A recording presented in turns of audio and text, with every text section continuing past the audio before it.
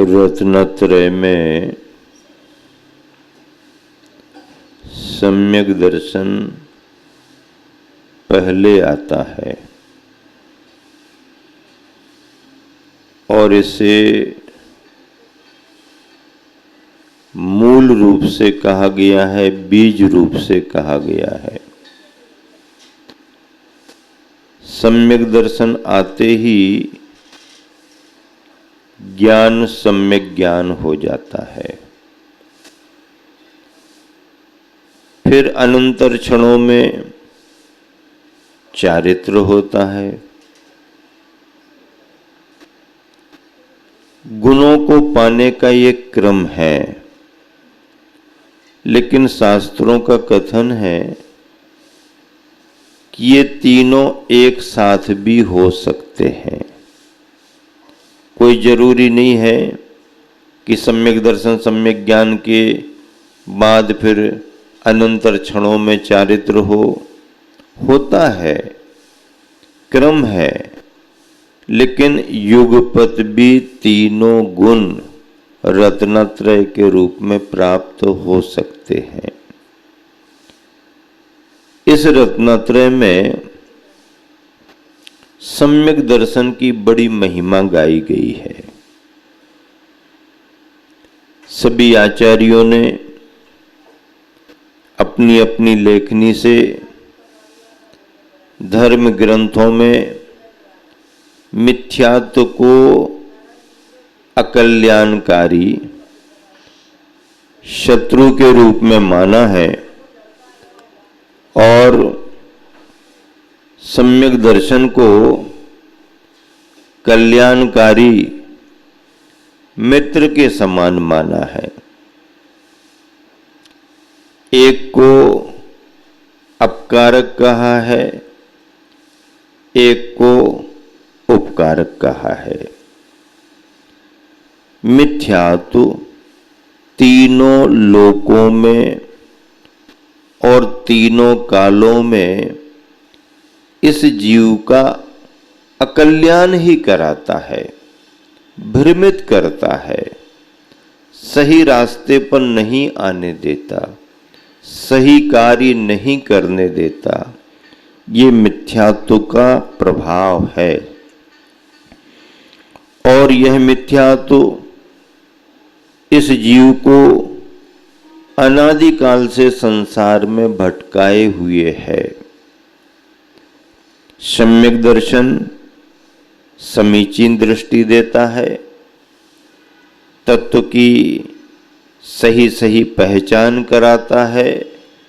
सम्यक दर्शन जड़ और जीवन का अंतर भेद विज्ञान के माध्यम से कराता है और परमार्थ की भावना को जगाता है। इसलिए सम्यक दर्शन को तीनों लोकों में और तीनों कालों में कल्याणकारी माना गया है। सम्यक दर्शन से बड़ा तीनों लोकों में तीनों कालों में कोई मित्र नहीं है, हितकारी नहीं है, और मिथ्या दर्शन से बड़ा कोई बैरी शत्रु अहित करने वाला नहीं है। एक को अमृत कहा है, एक को जहर कहा है।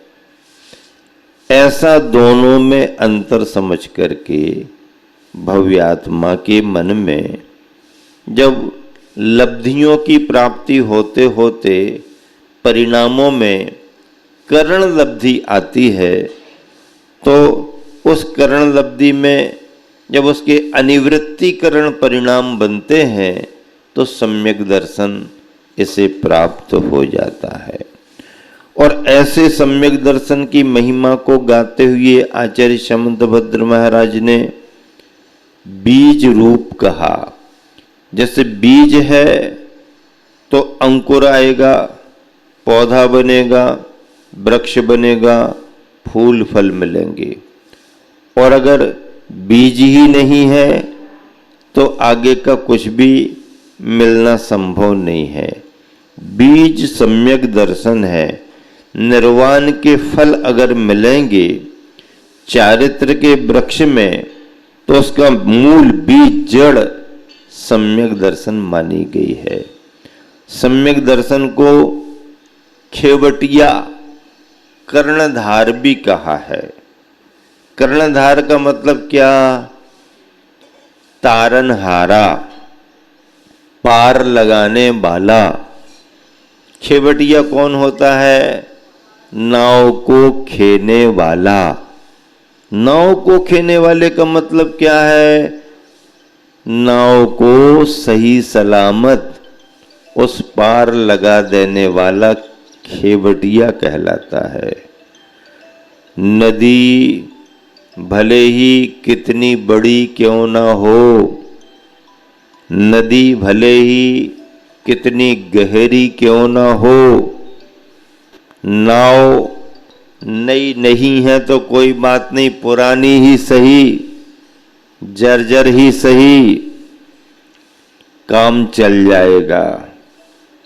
नाव पुरानी है, नदी बड़ी है, गहरी है, बहाव भी है, अब क्या करें? हाँ, गहरी नदियां, नाव पुरानी। भजनकार क्या लिखते हैं? गहरी नदियां, नाव पुरानी, खेवटिया से मिले रहना। किससे मिले रहना? हाँ, तालमेल उससे बना के चलना भैया।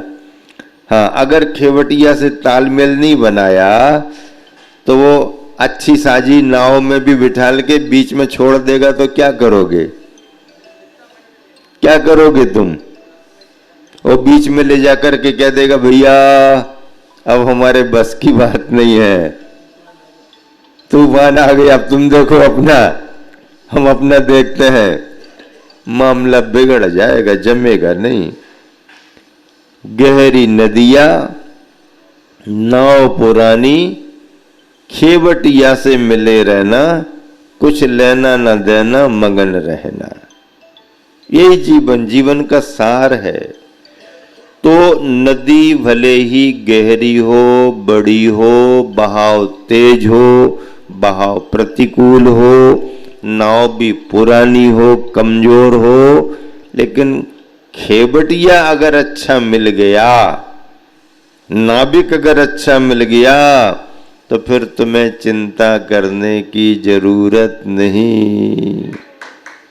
तुम्हें चिंता करने की जरूरत नहीं। आप कहते हैं ना, मैंने तोरे ही भरोसे। कौन?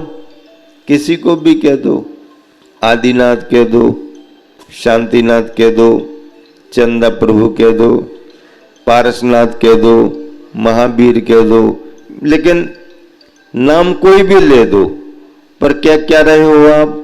मैंने तोरे ही भरोसे। क्या भैया, हमारे भरोसे? हमारे भरोसे कैसे काम चलेगा? नहीं, मैंने तोरे ही भरोसे आदिनाथ पारसनाथ सागर में नैया डाल ही दी। अब तुम जानो तुम्हारा काम जाने, तुम जानो तुम्हारा काम जाने। किसी भजनकार ने भजन में लिखा है, गुरु को ध्यान में रख के, कि मैं तो पहले ही से हारा हूं, मैं तो पहले से ही हारा हूं, लेकिन मुझसे कोई नहीं पूछेंगे। पूछेंगे आपसे कि आपके रहते हुए नाव कैसे डूब गई। मुझसे कोई नहीं पूछेगा, पूछेंगे तो आपसे कि आपके रहते हुए नाविक आप बने थे और नैया कैसे डूब गई। तो ये जो श्रेय जाता है नाव को पार कराने का नाविक को, ऐसे ही मोक्ष के मार्ग में रास्ते पर आगे बढ़ाने के लिए, संसार के सागर को पार कराने के लिए हमारे गुरुवर नाविक के समान होते हैं। नाविक के समान होते हैं, कर्णधार खेबनहारे हैं। ऐसे ही गुरुओं की कृपा से अनगिन असंख्य भव्यात्माओं को मोक्ष का मार्ग मिला। गुरु ने अपना कल्याण तो किया ही किया, उनकी शरण में आने वाले सभी भव्य जीवों को भी उन्होंने कल्याण का रास्ता दिखाया। सम्यक दर्शन बीज के समान है, सम्यक दर्शन खेवटिया के समान है, और सम्यक दर्शन ड्राइवर के भी समान है। किसके समान है? ड्राइवर। ड्राइवर जानते हैं ना, गाड़ी को चलाने वाला ड्राइवर। सम्यक दर्शन ड्राइवर कैसा है? देखो, रास्ता भले ही ऊबड़ खाबड़ हो, गड्ढे बड्ढे हो, अपरिचित हो, कैसा भी हो, गाड़ी भी पुराना मॉडल हो, धीरे धीरे चलती है, बीच बीच में उतर करके धक्का भी लगाना पड़ता है, कैसी भी गाड़ी हो, रास्ता भी कैसा हो, गाड़ी भी कैसी हो, गाड़ी को चलाने वाला ड्राइवर यदि सही मिल गया आपको, तो फिर आपकी यात्रा कैसे न कैसे हो ही जाएगी। हाँ, और अगर रास्ता ठीक ठाक है, 4 वे है, 6 वे है, बड़े बड़े हाईवे हैं, रास्ता सरपट सपाट बिल्कुल ठीक ठाक है, गाड़ी भी बिल्कुल एकदम नई कंपनी से निकल करके नया मॉडल आया है, अभी अभी शोरूम से लेकर के आए हो, बिल्कुल बढ़िया है। अब रास्ता भी ठीक है, गाड़ी भी ठीक है, लेकिन चलाने वाला ड्राइवर अगर आपको सही नहीं मिला तो स्थिति क्या बनेगी? ड्राइवर कब गड़बड़ हो जाता है? ड्राइवर 3 अवस्थाओं में गड़बड़ हो जाता है। ड्राइवर 3 अवस्थाओं में गड़बड़ होता है। नशा, नींद, ओवरटेक। क्या? नशा, नींद, ओवरटेक। एक्सीडेंट के कारण क्या है? ये तीनों हैं। ड्राइवर नशे में हो, कहीं ना कहीं टक्कर होगी, गड़बड़ होगा, एक्सीडेंट होगा। अगर नशे में है तो नशा, नींद, थकान है, उसको आलस आ रहा है, जानबूझ करके ड्राइवर सोता नहीं है। ड्राइवर तो सजग रहना चाहता है, अलर्ट रहना चाहता है, लेकिन उसकी बॉडी ने कितना श्रम कर लिया, कितना उसने सफर कर लिया, एक्सर्शन उसको कितना हो गया। अगर उसका एक्सर्शन अधिक हो गया, रेस्ट नहीं मिला, पर्याप्त नींद नहीं हुई, तो ये शरीर आलस करेगा ही करेगा, और उस आलस में, उस नींद में फिर कहीं भी टक्कर होगी। आलस, नींद दूसरा कारण है। तीसरा कारण क्या है? नशा भी नहीं किए, आलस भी नहीं आ रहा, लेकिन सड़क पर दौड़ा दौड़ा करके कह रहा हम किसी से कम नहीं, हम किसी से कम नहीं, ओवरटेक कर रहा है, भागम भाग मचा रहा है, जल्दबाजी कर रहा है। परिणाम क्या निकलता? नजर हटी, दुर्घटना घटी, नजर हटी, दुर्घटना घटी। तो एक्सीडेंट का तीसरा कारण क्या हुआ? ओवरटेक। अरे भाई, गाड़ियां चल रही हैं, आप हार्न बजाओ, जहां उनको अनुकूलता होगी वो जगह देंगे, आप आराम से निकल जाओ। आगे ट्रक चल रहा है, उसकी स्पीड आपकी गाड़ी की अपेक्षा कम है, वो अपने माल जितना लिए उस हिसाब से चल रहा, तुम्हारी गाड़ी नई है, स्पीड अच्छी है, तो थोड़ा प्रतीक्षा तो करो, रास्ता तो मिले। प्रत्येक गाड़ी में लिखा रहता है समय जगह मिलने पर पास दिया जाएगा। है? हाँ, पास मतलब निकल जाओ, जगह मिलने पर साइड दी जाएगी तो उसको मिले तो।